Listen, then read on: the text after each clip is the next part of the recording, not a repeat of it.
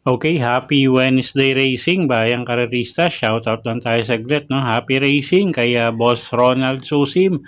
At shoutout na rin kay Boss Dante Lim at kay Boss Ernesto Baniked.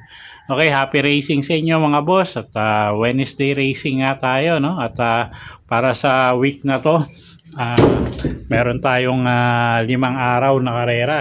So, bali, Miyerkules hanggang Linggo. At pero yung Webes, gaganapin yan sa PJC, no? Bali, may tribute racing day sila para kay Jackie Elvin Abrea. Okay, so, again, 5 araw yung karera natin at first day of racing, Wednesday night racing, 7 karera, start time 5:30 ng hapon. Okay, simulan na nga natin, race 1. Class 4, 42 to 56 bracket, start ng winner take all, 1,200 meters ang distansya natin dito. First choice, kalahok numero 3, Winter on Fire. Boji Henson yung re-renta dyan. Tingin ko kayang mauna ni Kabayo ngayon, no? At gamay naman ni Boji Henson to. So, first choice natin yan. Kalahok numero 3, Winter on Fire. Second choice, kalahok numero 6, Petit Pusey. J.A. Pastoral naman yung sasakay dyan. At pwedeng iuna yan, pwedeng isunod. Isang imported horse. At third choice natin dito, kalahok numero 8 na si Baba Boom. Gagabayan naman yan ni Jan Alvin Guse. Okay, so sa race 1, first choice nga natin numero 3, Winter on Fire. Second choice, kalahok numero 6, Petit Pusey. Third choice nga natin, kalahok numero 8, Baba Boom. Okay, race number 2 tayo, class 5, 17 to 41 bracket, distansya 1,200 meters, start ng peak 6. First choice natin dito, kalahok numero 5, Days Ex Machina. YL Bautista yung re-renta dyan. Tingin ko nakaraan, hindi lang binigyan ng hustisya to, no? Pero basta nilabas ng connection to. Tingin ko malaki panalo, masyado nang mababa sa grupo yan. Second choice natin, medyo dehado, kalahok numero 7, Mirror of Justice.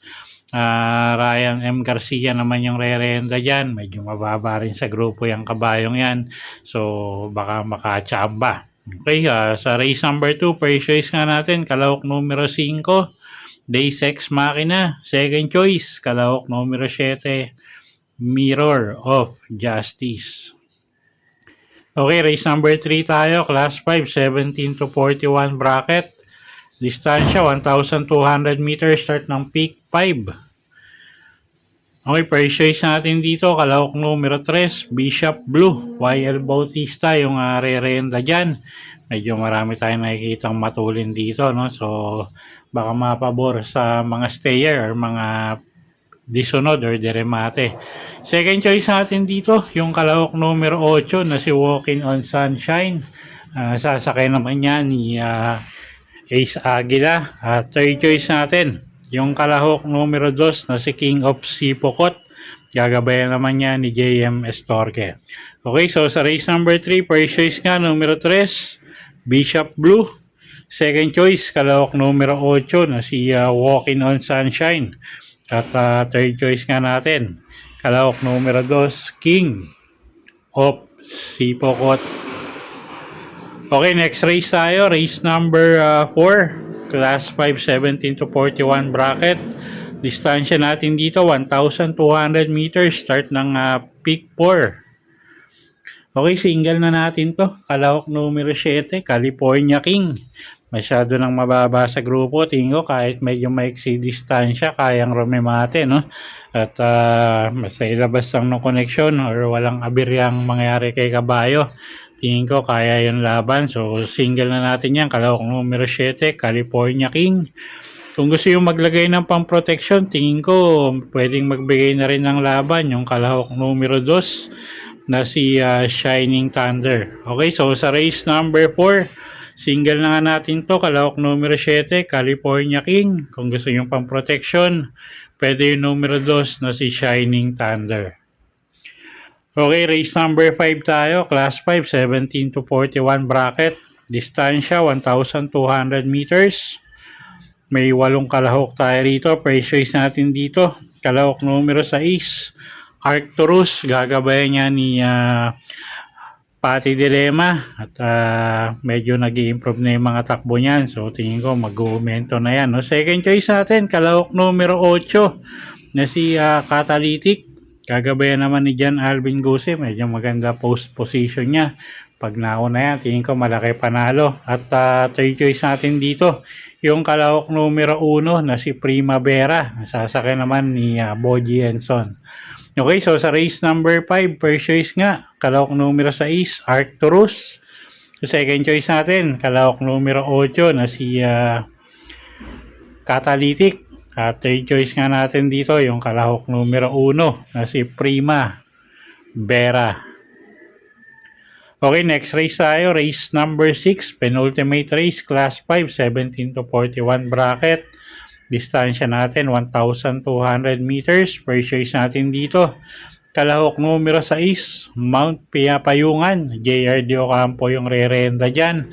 Medyo mainam yung huling takbo nito, no? Kaya high octane at nasigundo nga siya ron.